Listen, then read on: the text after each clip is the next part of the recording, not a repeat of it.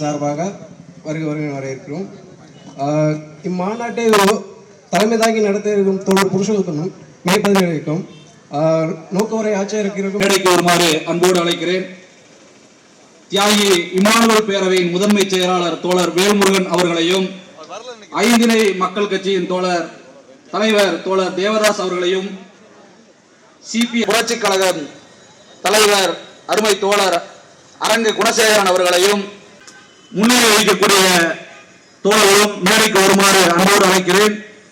தமிழர் விடியல் கட்சியின் முன்னேற்ற கழக மாநில துணை பொதுச் செயலாளர் தோழர் கலைக்கண்ணன் அவர்களையும், மக்கள் அதிகாரம் நெல்லை மாவட்ட செயலாளர் தோழர் செல்வம் அவர்களையும், தோழர் கதிரவன் அவர்களையும், மனிதநேய ஜனநாயக கட்சியின் மாவட்ட செயலாளர் தோழர் பாலை ஏஎம் போராட்ட குழுவை ஒருங்கிணைத்து நடத்தி கொண்டிருக்கிற அருமை தோழர் பாத்திமா பாபு அவர்களை மேடைக்கு வருமாறு அன்போடு அழைக்கிறோம்.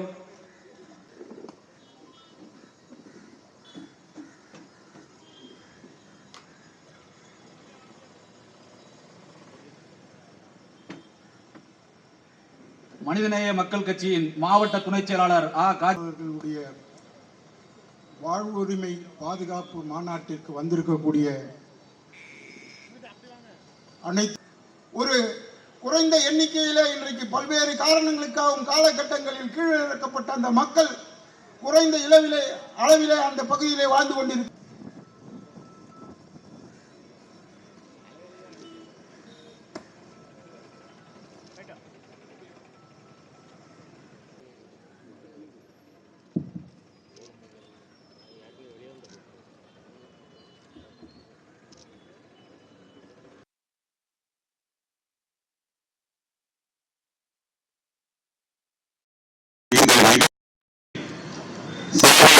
மாற்றுவதற்கு ஒன்று திரண்டு எங்களது செய்தி குறிப்பையும் அவர்கள் செவிமடுத்திருக்கிறார்கள்.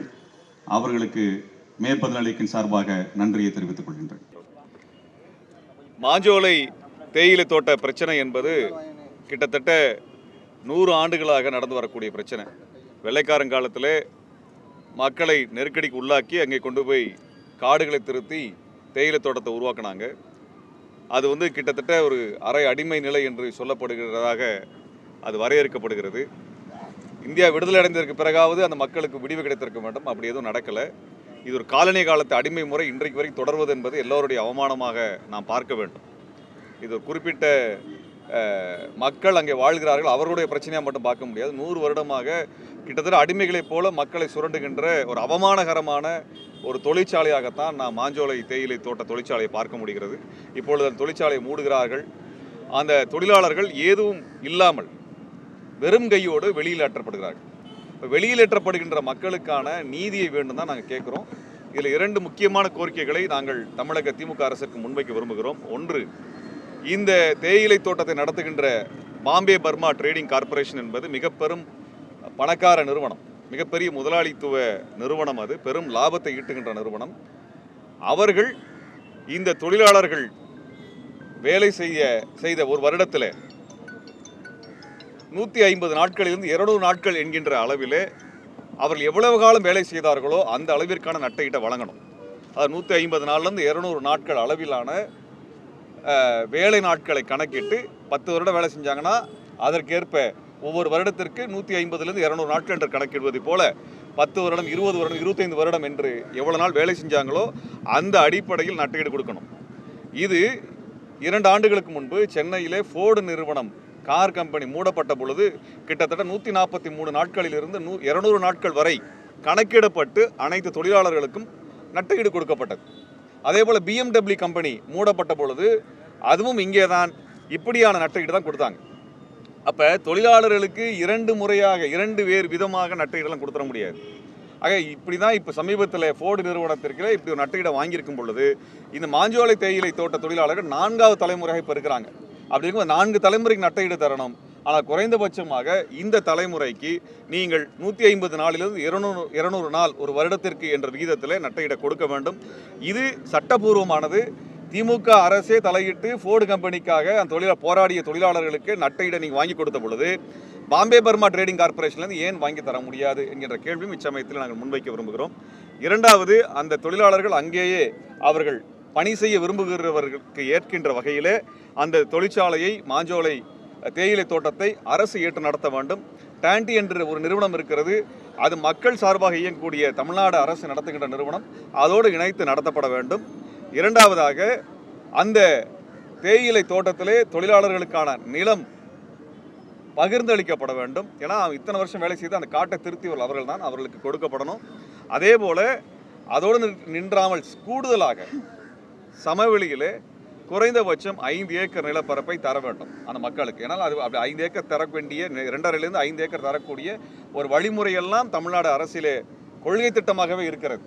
ஆக அதை நீங்கள் நடைமுறைப்படுத்துங்கன்னு சொல்கிறேன். ஏன்னா இப்போ 3 தலைமுறையாக மேலே இருந்துட்டாங்க.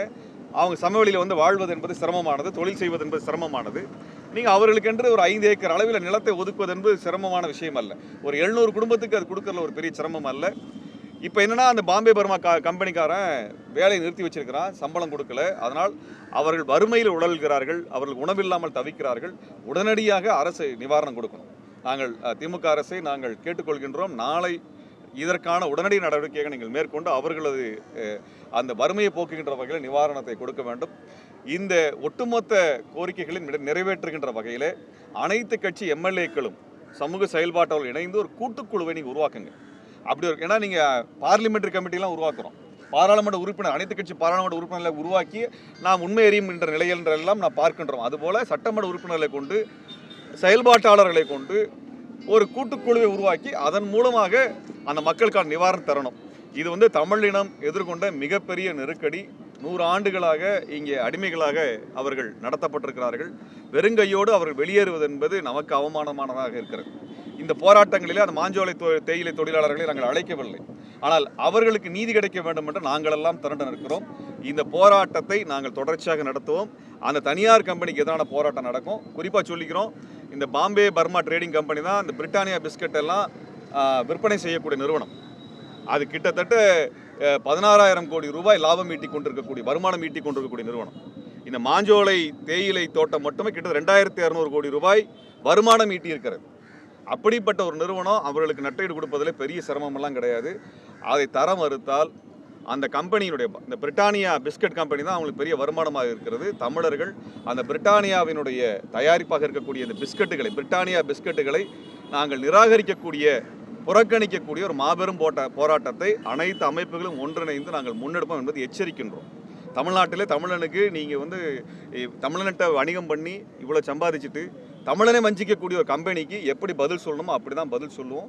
ஆகவே எங்கள் மக்களை வைத்து ரத்தத்தை உறிந்து எங்களுக்கு தேயிலை தருவது, எங்கள் மக்களிடத்தில் பிஸ்கட்டை விற்று எங்களுடைய பணத்தை பிடுங்குவது என்கின்ற ஒரு வஞ்சக சூழ்ச்சியை ஒருபொழுதும் அனுமதிக்க மாட்டோம். இந்த பிரிட்டானியா கம்பெனிக்காரன்ட்டு சொல்லிக்கிறோம், அதனுடைய முதலாளியாக இருக்கக்கூடிய முகமது அலி ஜின்னாவினுடைய பேரனாக இருக்கக்கூடிய நூஸ்லி வாடியாக்கு சொல்லிக்கிறோம், தமிழ்நாட்டில் உங்களுடைய பொருள் விற்காது என்று எச்சரிக்கின்றோம். தமிழனை வஞ்சித்து கொண்டிருந்தால் அதற்கான பதிலடியை பொருளாதார ரீதியாகவும் நாங்கள் திருப்பி அளிக்க நாங்கள் தயாராக இருக்கின்றோம். உடனடியாக அந்த மக்களுக்கான நீதியை வழங்கு என்பது எங்களது கோரிக்கை.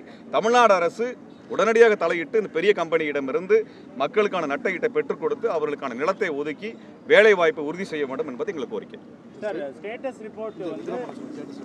அதே மாதிரி இப்போ மதுரை நீதிமன்றத்தில் அந்த பாதிக்கப்பட்ட மக்கள் வழக்கை பதிவு செய்திருக்கிறார்கள். அந்த வழக்குக்கு பதில் சொல்கின்ற வகையில் அந்த வனத்துறையை சார்ந்த துணை இயக்குனரை வைத்து ஒரு பதில் அரசு கொடுத்திருக்கிறது. அது ஏற்புடையதல்ல, இது முறையானதல்ல, இது சமூக நீதிக்கானதல்ல. அரசு தான் பதில் சொல்லணும். ஒரு வனத்துறை அதிகாரி வச்செல்லாம் பதில் சொல்வது என்பது போராடுகின்ற மக்களை அவமானப்படுத்துவதாக இருக்கிறது. ஆக திமுக அரசு ஒன்றை நினைவில் வைத்துக் கொள்ள வேண்டும். 1999 அந்த மக்கள் நீதி கேட்டு போராடிய பொழுது அன்றைக்கு அரச வன்முறை உங்கள் ஆட்சியில் ஏவப்பட்டது. அதை அந்த மக்களும் மறக்கவில்லை. அந்த அன்றைக்கு ஏற்பட்ட கரையை போக்குவதற்காக இன்றைய ஆட்சியில் அவர்களுக்கான உரிய நிவாரணத்தையும் நீதியையும் நீங்கள் பெற்றுத்தர வேண்டும் என்று நாங்கள் கேட்டுக்கொள்கிறோம். நன்றி.